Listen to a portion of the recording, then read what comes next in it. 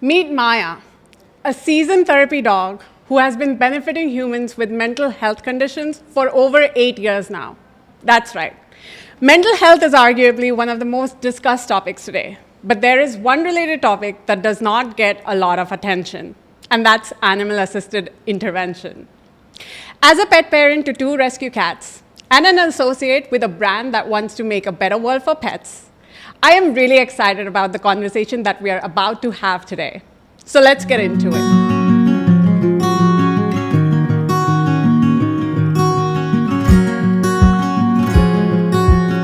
Shirin Dhabhar, the first person to bring certification courses in animal behavior to India. 27 years of expertise. You have revolutionized, and this is where I feel there's a seamless connect between Royal Canin brand ethos and your methods.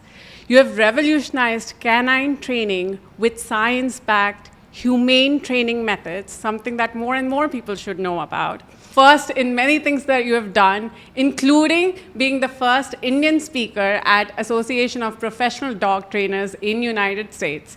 You have received President's Award. I am really excited to pick your brains today about everything from training to animal-assisted intervention and getting to know more about Maya's work as a therapy dog. Thank you so much for bringing her along. Welcome. Thank you. It's a pleasure to be here. 27 years back, you became a dog trainer. There are Indians even today who are struggling to do exactly what they want to do. Yet here you are, who 27 years back somehow managed to get her parents' support, went to UK because there were no certification courses in India, came back and cracked the industry open. So can you please break down your journey for us? Well, it's, a long time ago. But I think it's just started with the love. When you have a passion for something, sometimes, I always say to people, we don't choose our careers, sometimes they choose us. And I've always had the love, and I think maybe, I don't know what it could be, but maybe fate brought it to me. And I'm very lucky that my parents just supported. They said, if you want to learn something and it's something good, go ahead and learn. They never stopped and said, what would a career be? Nobody's ever done this, nothing of that sort. So I did. I studied in England for 4 years, came back. And like I said, I was just doing it because I was passionate about it. It never occurred to me that there was nobody else. It was the first to be done. It was just, I love it, I'm doing it. And then, later down the road, you see, okay, maybe, it was something being pioneered, but at that time, or even now when I'm doing stuff that is new, I never see it as that. It's just, you want to do something, and you kind of do it, I guess, yeah. Kudos to your parents, really, because where true. would the whole industry be without your expertise? Truly, you have certified now over 2,000 pet professionals, and where would the animals be without your guidance? I don't even want to imagine that. So you mentioned something when you were talking about it. You said that sometimes your careers choose you. That's actually very, it reminds me of your approach for animals as well. You are all about making sure that humans are not imposing their will on animals. Rather, it is the animal telling humans what they want to do. Can you throw some light on that? So, when we look at training, we look at behavior, I always hear these words from people. I want my dog to do a sit. I want my dog to be friendly. I. It's always I. And I mean, it's not impossible. You can force a dog to do it. You can intimidate, but what's the point? And then my next question is, why did you bring a dog home then? Was it just to intimidate an animal to listen to you? So most people say, no, he's my best friend. So I said, then we work differently, and it's nice when you work with the dog, the results are better, the relationship is better, everybody is happier at the end of the day. And you get more work done, with the work I do, whether it's assist dogs, therapy dogs, sniffer dogs. If you work with an animal, you just get better work done because the animal wants to do that with you. It's just a better approach, I think, to doing any work in life today, I think. You know, here we are as humans struggling to even understand what animals are trying to tell us. And here you are saying that animals will tell you what they want to Oh, do. absolutely. They talk to you. It may not be with the language we speak, with grammar and punctuations, but they talk. They talk all the time through body language, subtle signs, a turn of the head, a flick of the eyes, the movement of the ears, how the muscles are tight or relaxed. They talk to us. It's our job to listen, our job to learn.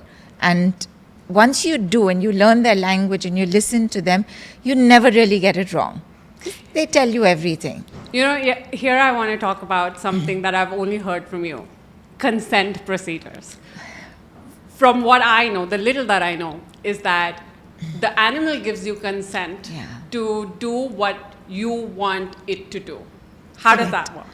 So it basically is when you allow any animal, I would say including even add a human being to that mixture, when you allow them to be in slight control of a situation of discomfort, it makes that process so much easier for them. So take me, for example. I hate injections. I mean, hate means hate. I've like, God knows what the term would be. So if somebody has to give me an injection, I would go into a state of like stress, and I'd be distressed, and I'd be sweating and all of that. And I remember once I had to take that Oxford COVID vaccine, and that nurse said, "Sit in the chair, lift your sleeve." And I stopped her and I said, you know, and they were just moving like a factory thing. Do this, next person, do this, next person. And I'm like, 1 minute, can I lift my sleeve? Just allowing me to do that much. And then I told her, okay, now you do it, I'm ready. By just doing that, holding my sleeve and say, okay, now you do it. Of course, she made her faces, I ignored her. But at the end, just giving me that much, where I said, okay, can I decide when the needle goes in? Not when you decide when the needle goes in. And it just, I would say if my stress level was at a 99%, by doing that much, it came down to maybe 30%, just giving me that much. So what we do with animals is something similar. We tell them, you know what, and we do it through training. It's very simple. We say, okay, it could be any position. So we say, I can tell Maya, if you put your chin in my hand, it means you're ready to go through a certain process. It could be a nail cutting, it could be a blood draw, whatever it is. And when you take your chin off my hand, it means you are not okay with what's happening, and I will pause. And allowing her that much allows her to know that she's in control of her comfort. Kind of like in a dentist chair, right? You sit there and you go, oh my God, he's going to drill my teeth and it's going to pain. And the dentist tells you, if you feel uncomfy, put your hand up, I'll stop. That makes me feel so much better, that I know if I go to a point where it's becoming too much, I can say, can you stop? Can you give me a breather? And then we'll continue. And giving an animal that, whether it's a dog today, tomorrow a leopard, a chimpanzee, whatever animal you want to work with, allowing them that makes the whole thing easier. I've had students who say my dog would bite before. Just doing this, the vet has drawn blood, everybody had a peaceful thing, dog went on the table. Why not do that? I mean, why are we living in a primitive world? Why aren't we moving ahead where we say, you know, behavior is so advanced, we can ask an animal for permission and make it so much easier for everybody, the dog, the pet parent, and the veterinarian, the groomer, whoever's doing whatever they're doing. So that's really what it is. Wow. So did you hear that? Consent from animals, so important. And as a pet parent to two rescue cats, I know cats can be very finicky. And the problem with cats is that if you don't listen to them, they go doubly into stress, something that I'm dealing with at home right now. I want to pick on something that you mentioned. You mentioned that we can get consent procedures with chimpanzee and leopards as well. Wow. True. Have you ever worked on something like that? I haven't, but there are currently places in India that do it. There are zoos abroad that do it. So I've seen where they can train a leopard to hold his mouth open to have his teeth examined. You can train a bear maybe to put his arm out of the cage and have his blood drawn. So I'm not sure whether it's necessarily consent training or it's just basic conditioning they've done, but people have moved forward, right? From pinning down an animal and forcing it and drawing blood. And you don't need to do all that. Why are we living in the dark ages? Wow. Consent with leopards. That's just because there are so many incidents that happen in India. You know? That's true. India is also one of the biggest pockets of human-animal conflict. And for anybody who doesn't know, human-animal conflict is simply put any area that finds it difficult to coexist in harmony with the animals around them. What has been your 3 biggest takeaways from your work in training? When it's with people or with dogs, or just generally? Let's talk about dogs first. So with dogs, you go with the dog, work with the dog, work with the breed of the dog, work with what his genetic makeup is. We keep trying to make them into something they're not. Especially in today's day and age, he's my baby, he's my daughter, he's my son. And I'm like, God, goodness, no.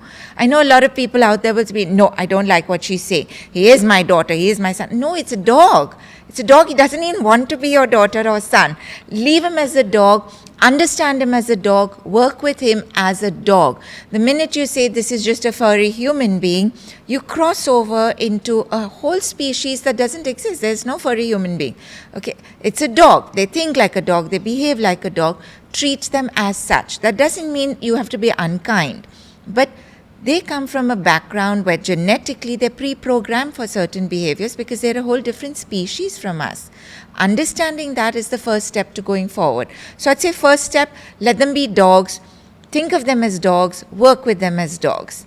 That's your first step. 2, don't force them. If you can get them to want to listen to you rather than force them to listen to you, that's even better. And 3, the whole thing comes down to just build a relationship. Today when people say, my dog is scared, my dog is aggressive, my dog is this, my dog bites me, the whole bottom line is you have no relationship with your dog. Just build a relationship, build it through games. And that's it. All your problems are sorted. It's just 3 simple things. So I'm going to pause here. You're just making it so difficult for me not to talk about Royal Canin because you mentioned that they have their own identity and it's inhumane or a disfavor to them when we try to force our idea of what they should be. And Royal Canin as a brand is also does not promote anthropomorphism. I can't believe I actually said the word. But yeah, anthropomorphism, where we don't encourage to make them into anything that they're not.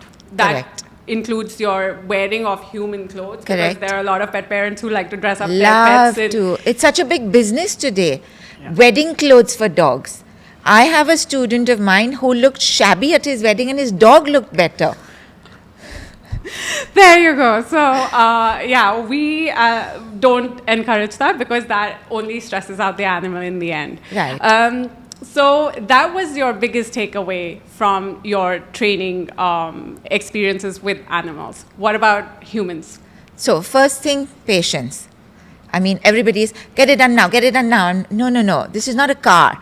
I can't get it done now for you. I can't replace an engine and put in a new one and that's done. This is an animal. It has its own brain. It has its own way to work. Be patient. Things will happen. So patience is needed when you train dogs. 2, have a sense of humor. Because they will make fun of you. They will let you down when you least expect them to. They will do all of that. So have a sense of humor. And 3, know what you're doing.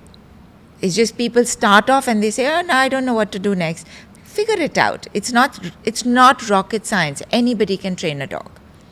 Knowing you, I know that you know a lot about a lot of different animals, right? And cats are like the second most popular pets that we have today. So how come you decided to become a dog trainer and not a cat trainer? So when I started, cats were not popular.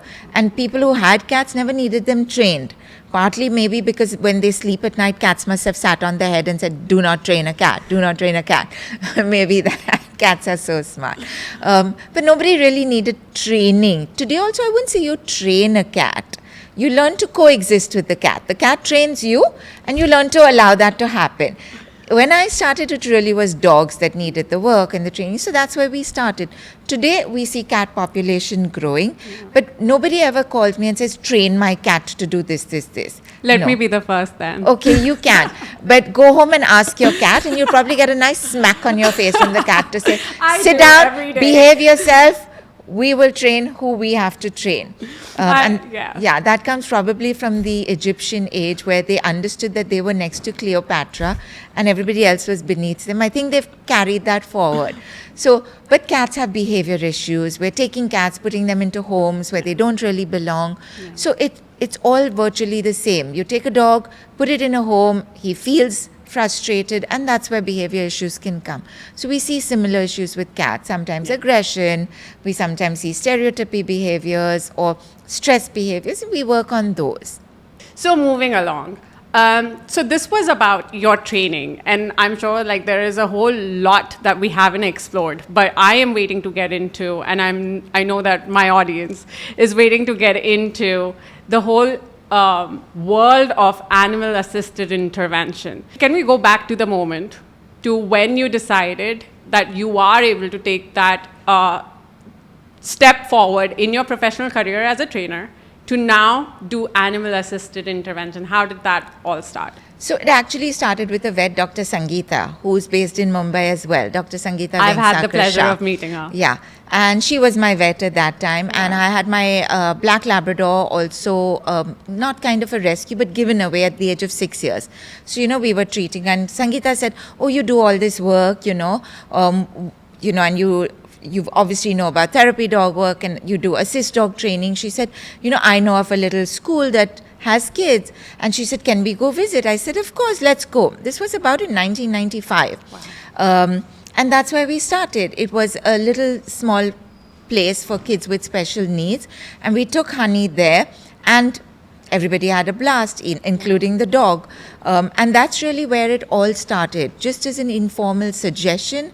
And it picked up from there. And then from there, of course, we've done so many schools and colleges and homes for children or homes for the aged people. We've worked with the army rehab soldiers in Pune.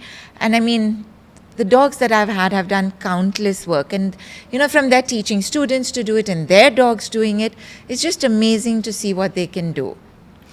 Dr. Sangeeta, she is a pioneer in her own right. True. And no surprise that she was also behind getting you started off in this direction. Can you tell us what you mean by animal-assisted intervention?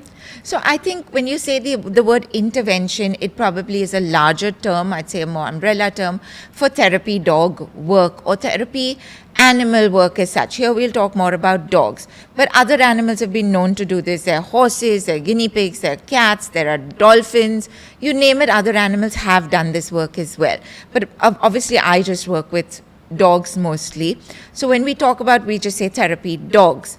And basically, I would put it into two brackets. One is just animal-assisted activities, which is general visits, happiness visits, meet and greet, cheer up people, and we come away.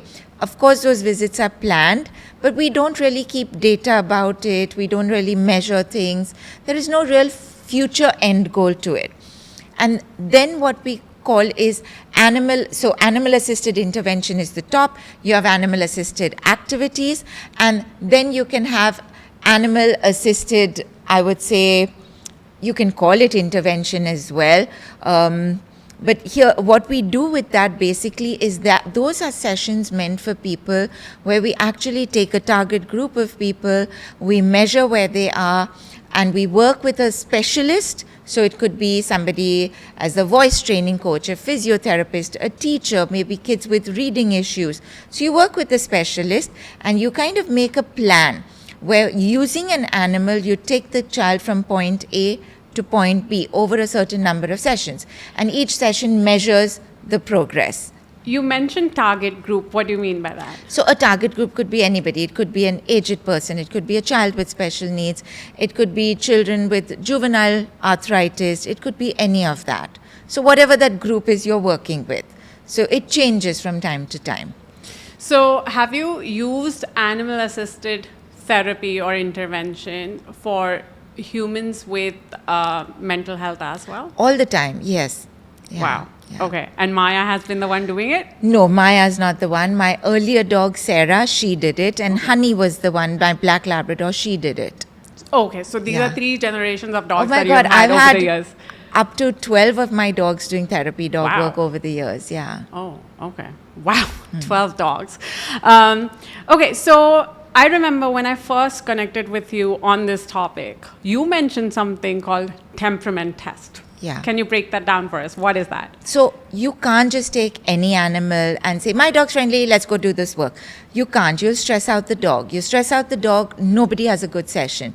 And you cannot make one group of people happy by stressing out another group of animals. It's just, the whole purpose is lost. You can say, I made everybody in this office happy, and you look at the dog and the dog's unhappy, and it doesn't work that way. It has to be a win-win for all the stakeholders. The dog, the person doing it, the group of people you're doing it for, everybody has to benefit. Right. So we always work with the dog. We ask the dog first, hey, is this something you want to do? And the way we do that is by running simple tests. So we put the dog in simulated situations and we ask the dog, hey, would you like to do this? If you were with a crowd of people, would that suit you? If you were with another dog, would that suit you? So we simulate what would be a therapy dog session and put the dog through those tests. We measure the outcome of those tests, see whether the dog's ready for the work. So we have different categories. It can be the dog is passed, the dog is failed, the dog is not ready. So if a dog shows fear, the dog is removed. We just basically say, that dog then shouldn't be doing this work. It's as simple as that. Don't make a dog do work he won't enjoy doing. So out of Honey, Sarah, and Maya, who have passed the tests? with All have Tiger? passed the test. All have passed. All my dogs, yeah. So they love it. They love doing it. And somewhere down the road, they instinctively, when a dog becomes more seasoned, I'd say, they instinctively know what to do. So you can take Maya and she takes a quick look, scans the room and she says, I know what I have to do. It's just Really? amazing when you see them work. You see the seasoned dogs, work a room of kids with special needs, and you just really feel, I don't know how. This is not something I've ever taught. Maya's a rescue at the end. She doesn't have to do it. She could still hold a grudge against the human race. She chose to let it go, and she still does amazing work. In fact, like I'd say that. she's taught me about humanity. Wow. Yeah. Wow. So, talking about Maya and the temperament test, why do you think there is a need to do the temperament test? Can we focus on that a little bit more? Because if the dog is not okay doing this work, if the dog fails these tests, it means the dog is saying, this is not the job I would like to do. In which case, don't make the dog do it.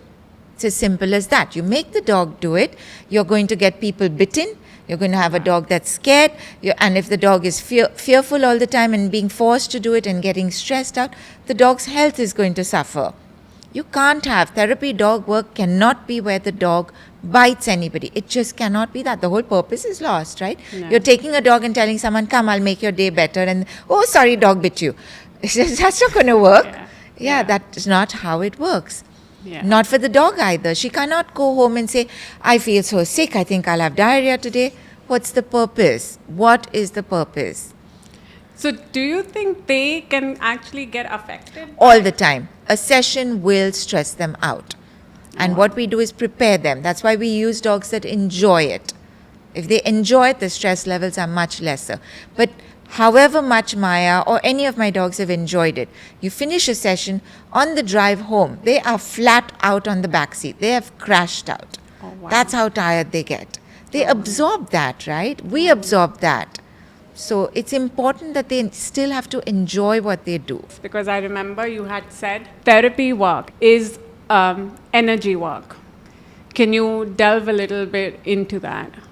So basically when you say energy, it's not all that fancy stuff that people think, energy this, energy, nothing of that sort. But everybody carries a certain energy in them, right?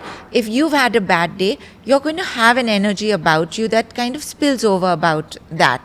A dog can sense that. A dog can pick up on that energy. And a dog can help you maybe work through that process. So if you've got an animal at home, whether it's a dog or a cat, people will tell you this, and it happens with me and Maya all the time. I've seen it happen with my young daughter. So when Maya came to us about 10 years ago, My daughter, she was about 5-6 years old, and it was a fight to get her to school every morning. I would put on her uniform, turn my back, she'd taken it all off. Tie her hair, she had undone it. She would scream, and she just didn't want to go to school. There was nothing else. She didn't want to go to school. Getting up in the morning was a chore for her. Shoelaces were never and by the time I just throw her back into the school bus eventually, in defiance, she'd look at me and pull out all her ponytail bands. And I'd be like, oh God, it's not just 7:30 and I'm exhausted. And then Maya came into our lives, and she loved Maya. Maya was everything to her. And what I took, and she'd wake up and she'd tell me at night, she'd say, tomorrow can I walk Maya before I go to school? I said, but you've got to get up early, you've got to be dressed. The day Maya came, from the next morning, I never had a problem with her getting dressed for school. She would get up, she'd dress herself on her own, and she'd take Maya out for the walk in the little building compound, but the two of them would go for a walk there. And if she wanted to take Maya for a walk, which was the highlight of her day, that's what they'd do.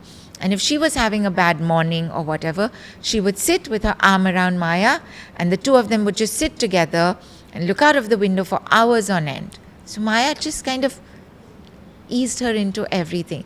So energy, she took away that negative energy, the stress energy of school, maybe unhappiness. Dogs just have a way, not just dogs, I'd say cats as well.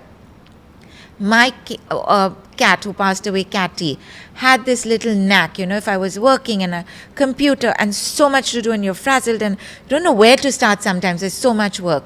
Catty would come, jump up on the table, sit right on top of my keyboard and then purr. And I had to stop and I'd say, oh my God, thank you. Somebody had to tell me to stop what I'm doing. And physically he would sit there and he'd purr, and he wouldn't let me work. He wouldn't let me work. And I would stop and I'd pet him and I'd take a breather. He used to tell me, listen, take a breather, you need one. I didn't realize my energy was stressed out, but he would come in and do that. That's great. So energy, in a way, that's all energy, isn't it? Was Catty also one of those rescues who would just enter your office and say that he owned the home? place. I was his tenant. Yeah, I was his tenant. He owned the place. I could say the same about my cats. Yeah. But I find myself fortunate enough to have a cat who actually purrs all the time. Oh, lovely. There are some people who have shared stories about how they have cats who don't have any problems, but they still purr all the time. And his call is still the same. He doesn't meow unless he's actually stressed out. Yeah. His call is still the same as kittens use to call their mother. So very soft, that trill that you hear. Okay, so you mentioned group sessions or sessions in general. So, and you mentioned that it is something, this kind of work can take a toll on the animals. So just if somebody was trying to know how to do this best for the animal, what would your recommendation be? If there's one therapy animal, how many humans at the same time? How many beneficiaries? So it benefits on the animal as well. If it's a seasoned dog, they can take up to 10 people, 12 people at a time. One dog can handle that much. If it's a new animal that's learning the ropes yet, we wouldn't do more than, say, the ratio of one dog to 4 to 5 people. We wouldn't do more. So it really, the whole thing matters. So a dog like Maya, who's very seasoned, sometimes she's handled up to 15 people on her own. Wow. So she knows how to pace herself. She's a trooper. Yeah. So our old seasoned dogs can manage quite well. You have mentioned seasoned. How do you train a new dog? So one of the things we do is we take the new dog with the old ones, because they learn a lot from watching the older dogs work. They pick up on their vibes, they learn from them. So we integrate them into that. After a couple of sessions, maybe like a good 10 to 12 sessions, they've learned the ropes themselves. So one of the easiest ways for a dog to learn is by watching another dog. So let's say Maya has a session today. Yeah. What is your routine like?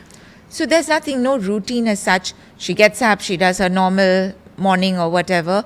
We go for the session. She enjoys that whole thing. On the way back, of course, she's crashed out. We come home, and I know now every dog is different, but for her, I know when she needs that time alone. She's tired, she wants to be alone. and she'll typically go to a certain corner of the house, in a corner, and she'll go to sleep.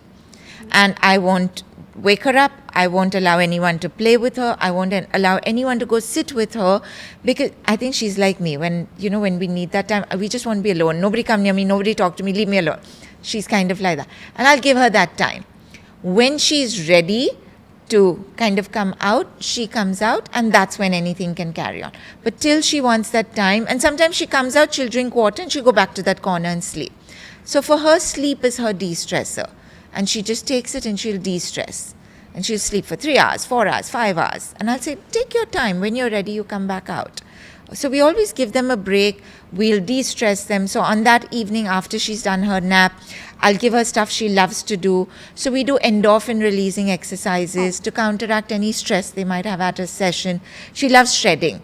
So all our Amazon boxes go to that. She'll get a box and she'll tear it. So by the time night has happened, she has coped with the day, she's enjoyed herself, and she has de-stressed herself, hopefully. So that's how we plan it. There are certain dogs that, when my students say, when dog was very stressed, I say, stop all sessions for a while, de-stress for a week. Just do that. Wow. So we always put the dog first. Sometimes even in a session, if people say, oh, we want to continue, I say, 1 minute. Maya looks like she's had a bit much. Take a 10-minute breather. We do activities with the kids separately, so we keep them occupied, but the dog gets a breather. We never force the dog to work beyond a level of stress.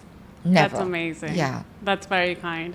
I just want to break here and say that, so Maya had a choice between sitting on the sofa and sitting on the floor. She chose to sit on the floor, even though initially she was sitting on the sofa. So she's really doing whatever she wants to. We are not forcing her to be here, but she's just like great sport. So let's get into more of her work. So because I want to talk about animal-assisted intervention, and my hope is that people realize more and more, just when I said that she's doing whatever she wants. Yeah, come back here. That people realize more and more the benefits that they can have from, animals. Any pet parent would know. You pet an animal, and that in itself is a de-stressor. But can you give us examples of some of the cases that Maya has worked on, or which go high up when it comes to the spectrum of mental health? If you can share some details. Yes, so more than just mental health, some of the cases that she has worked on. There was once this case where a young boy, about maybe 8 years old, got bitten by another dog. So got extremely traumatized by that. And to cut a long story short, he was referred to me. So the parents called me up, and the mother was really upset. She said, he's always loved dogs. And we in fact were thinking of getting a dog, but now he's so scared. And after that incident, he cannot sleep at night. He cannot go to school and study. He keeps looking over his shoulder when he walks on the road, thinking, he's going to get bitten again. And she said, I've never seen my son like this. He's become a bag of nerves. Can you help? So I said, sure. Would you like to bring him to my place and, meet my dog? She said, I doubt he'd even want to meet the dog because he's so scared. He sees a dog and he screams.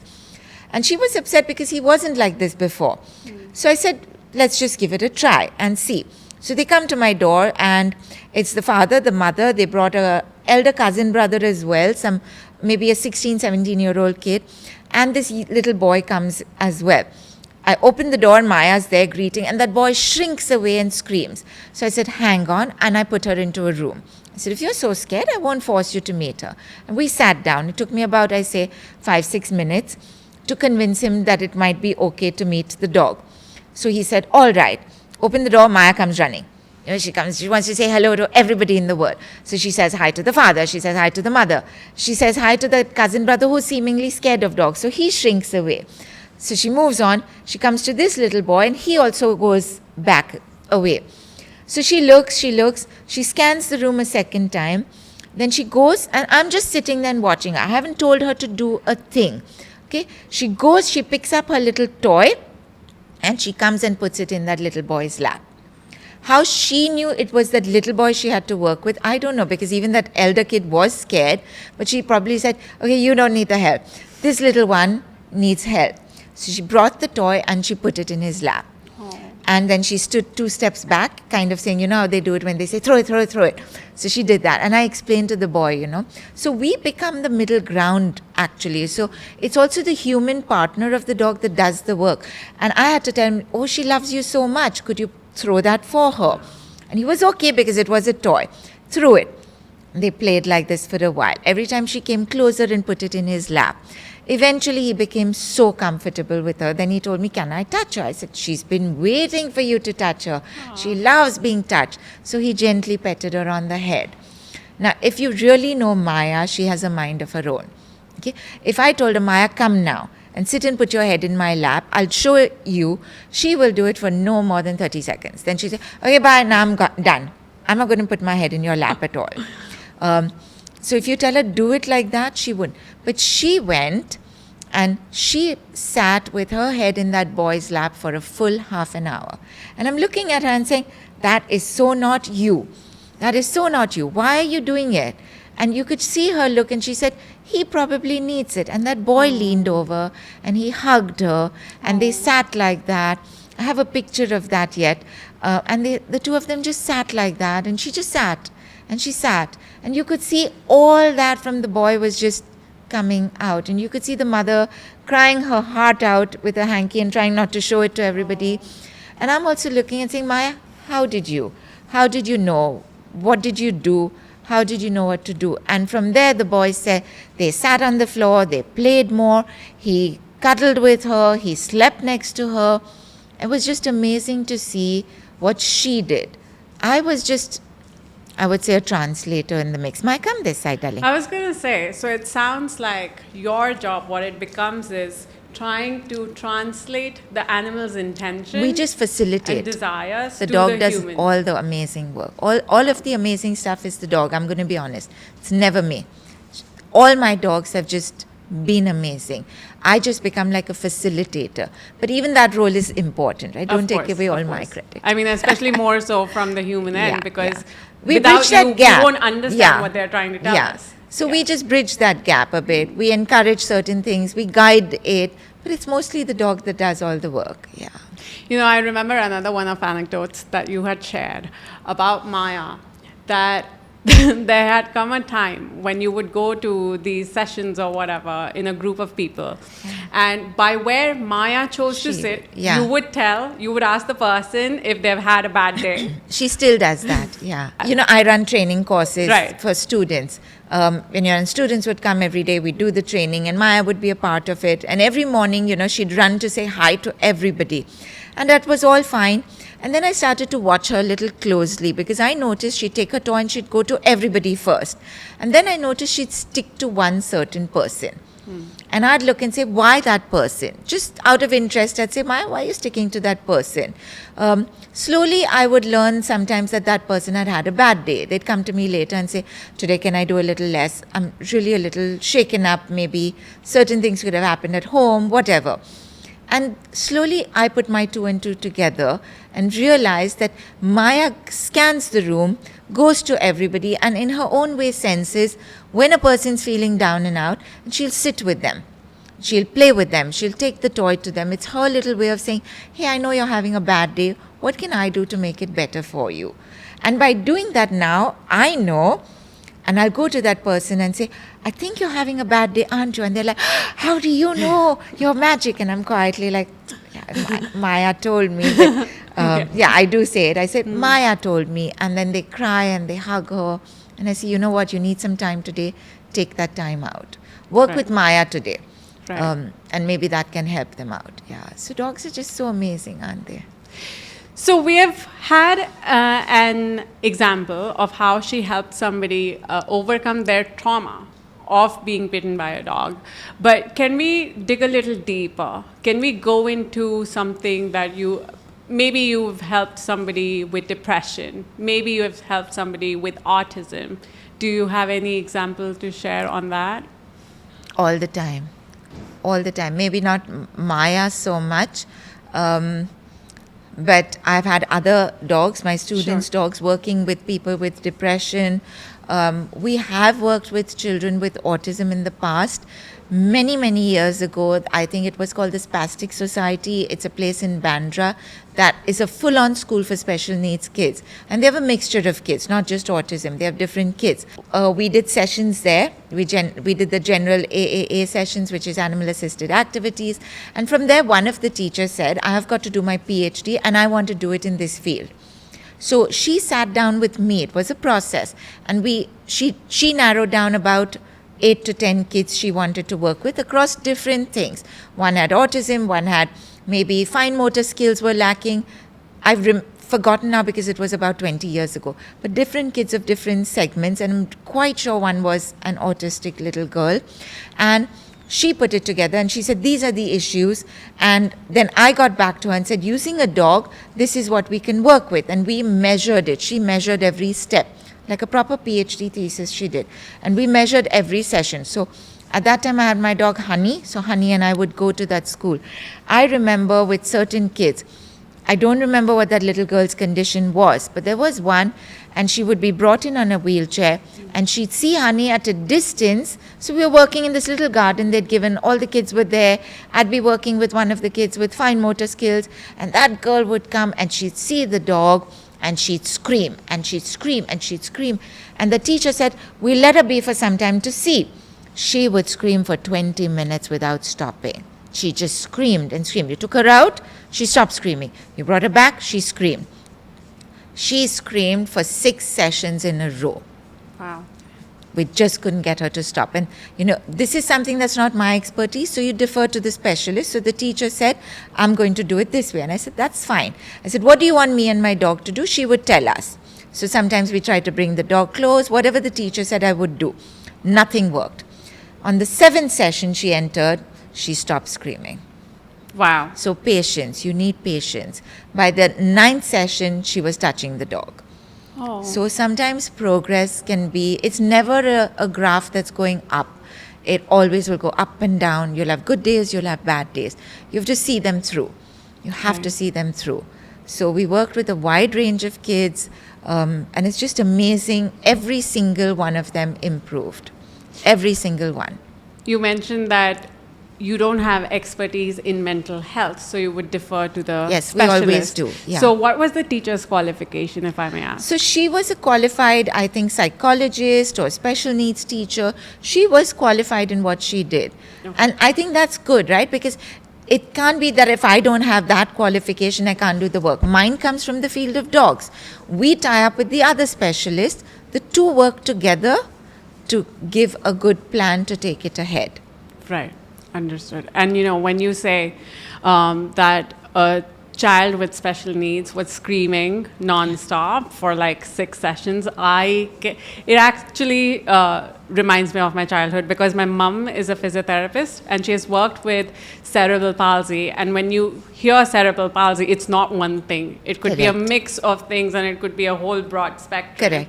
Correct. From people, from children who need help walking to even children who can't talk, who may be microcephalic, and all these sort of conditions. And when they are put in a situation where they are not sure about anything, they can really feel insecure, and that will trigger their whole tantrum. True. So, wow, kudos to you, and kudos to the teacher for, even thinking in this direction.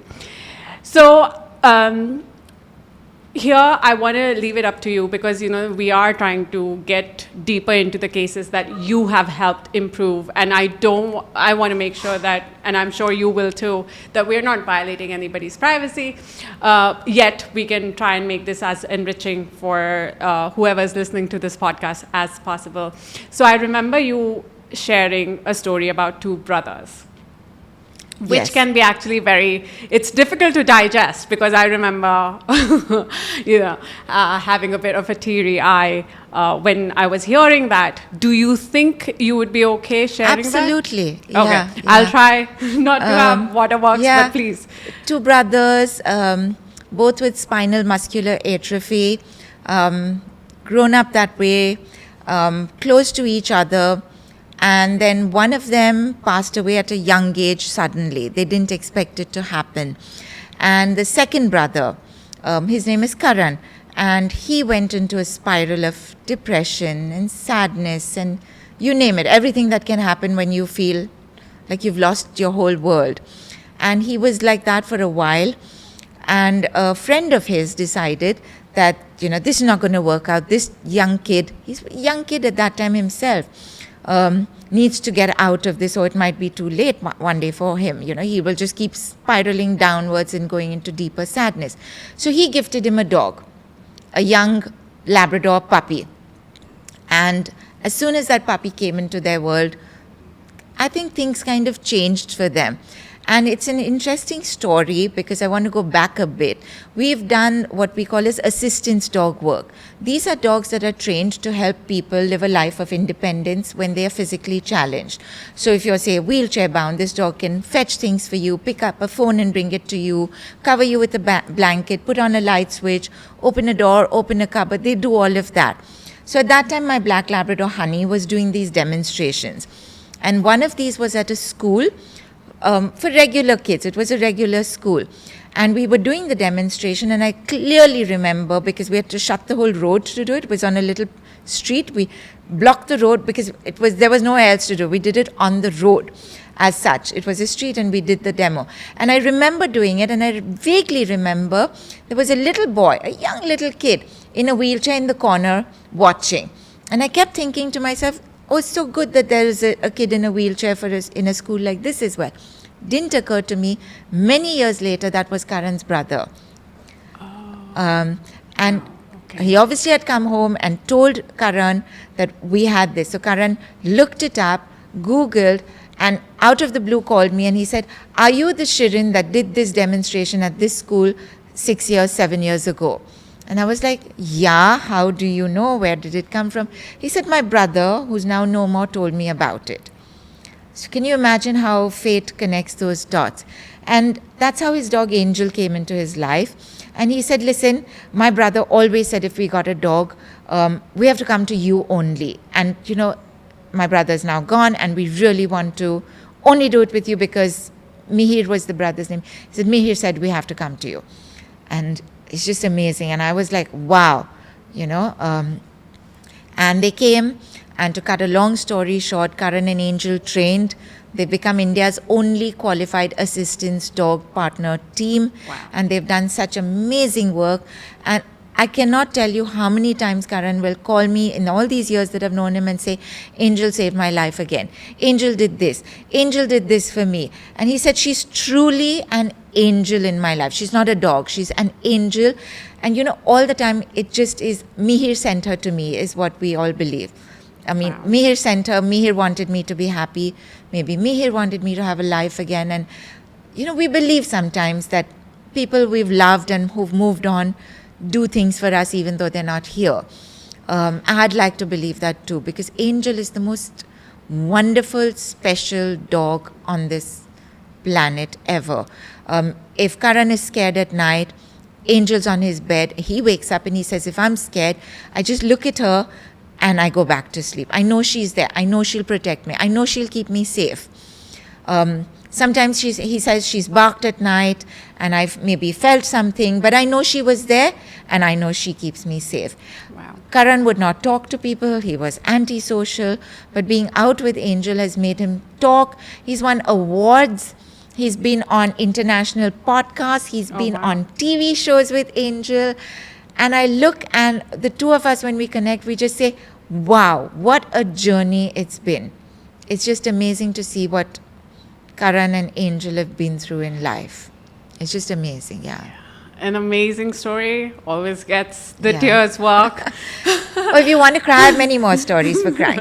Yeah, I'm sure, so I'll save it. Yeah. But, it's just amazing being connected with the little dots years apart, and you weren't even expecting it. And it's amazing that something that his brother said had stuck with him. And I think his brother died because of the condition. So he was always scared, would I be next? You never think, you can't understand what goes through the mind of somebody like that. You can't till you're in their shoes. Yeah, no, absolutely. And here we are, trying to scratch the surface about animal-assisted intervention when it comes to mental health, and you have now opened the door a bit more wider, saying that it's not just mental health, it can also be any type of physical conditions or deformities that animals can help. And I can tell you, and I know that we have spoken about this, I have cousins who are blind and autistic. And I know that my aunt, her constant worry, she's more than 80 now, and her constant worry in life is what is going to happen of them once she passes away. She worries more about the brother who is 50 years old, on the spectrum of autism, and he gets excited at the thought of chocolates. So what is going to happen to him? Because he's unmarried. He is on his own. So I can just imagine having a companion animal, a companion dog, for somebody like him. It would be life-changing. That's all I'm going to say. Yeah. Just 2 words, life-changing. Absolutely. So my question, when there are such obvious benefits to having animals in your lives, pets in your life, when I look at the world, there's a lot more acceptance, and by world I mean like other countries, there's a lot more acceptance for having animals benefit humans for the improvement of the overall quality of lives. Why is it so slow on the uptake in India? Partly because there are not enough people doing this work, not enough people having an awareness of how to do it.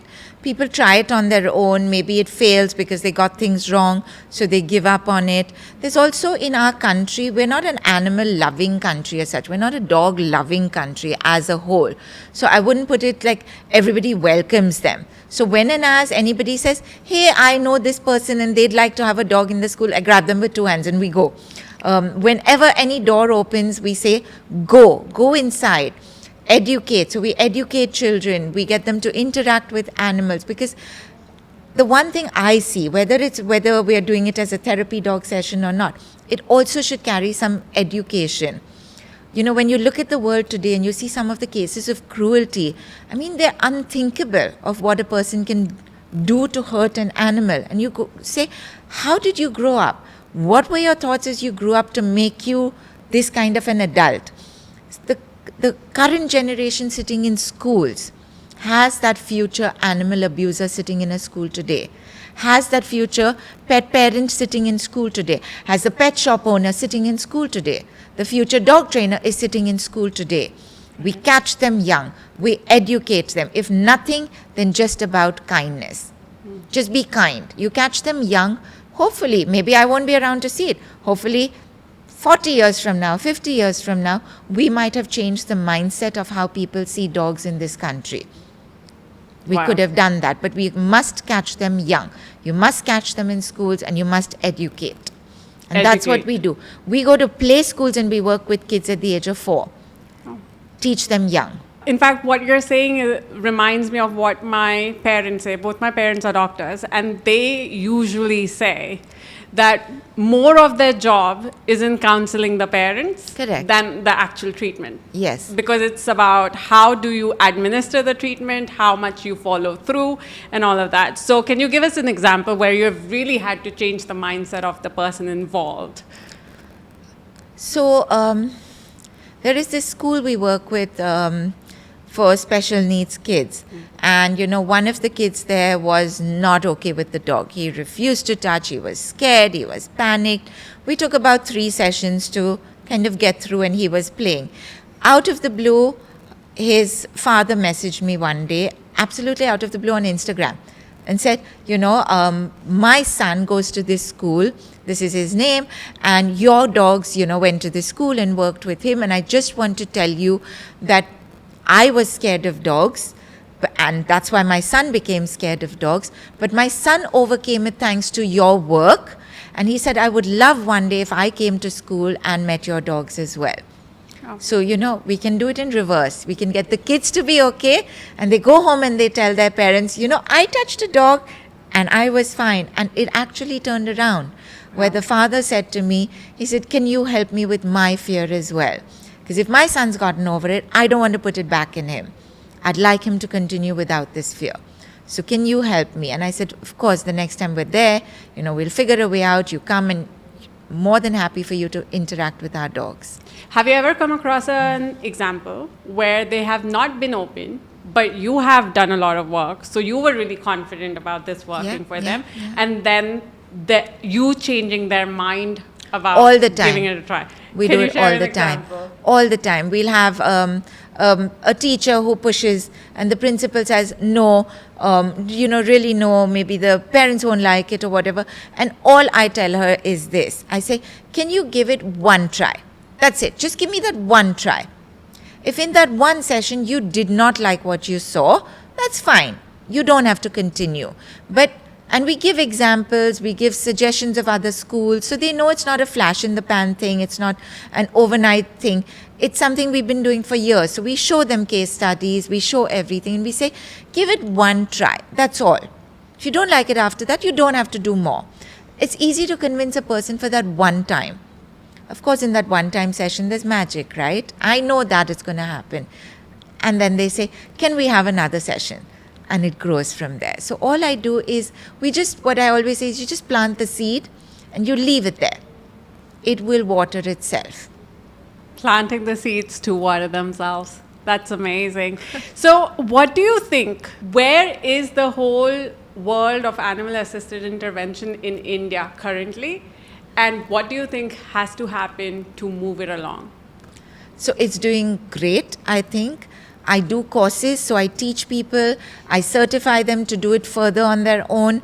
So I have students all over the country doing it, whether they're students in Ahmedabad, Delhi, Chennai, Bangalore, and they do it, which is so amazing. Just if I was doing it and kept the knowledge to myself, only Bombay City might see it. I have students everywhere. Now, if I need a session happening in Bangalore, I just connect the person who wants the session to the person who has the dogs that are certified, and the session can happen. And that's how it will grow. We keep teaching, we keep sharing knowledge, and we keep pushing people to learn, because it starts with one person, but eventually it's a group of people that will make that change. And do you think humans are a lot more receptive to having the benefits of animals? Yes, or absolutely. Today it's changed, yes. Compared to like 20 years ago when you first started absolutely. Yeah, it's much easier now to get into schools. I think there's education, the Western media has a role to play in it here in India. So people see all this happening. So, when you say, hey, this, they say, yeah, I've seen it happen. So it's easier to walk into places now. So if somebody was trying to get in touch with you or wanted to enroll in your courses, where can they find you? So they can find us online, anywhere. Our handle is shirin.dogtraining. It's the same on Facebook, it's the same on Instagram and LinkedIn as well. Thank you so much for taking the time out to share with us a little bit about all the years of work that you have done in animal training, canine training, as well as animal-assisted intervention. As a pet parent, I thank you a million times for so sweet. Being the translator who can help us make a better world for pets, because it's true, pets make our world better. Truly. So why not? I think this is just the beginning. We have barely scratched the surface, so hopefully we will have you over again in the future to talk more about. It'll be a pleasure. Thank you so Lovely. much. Thank you.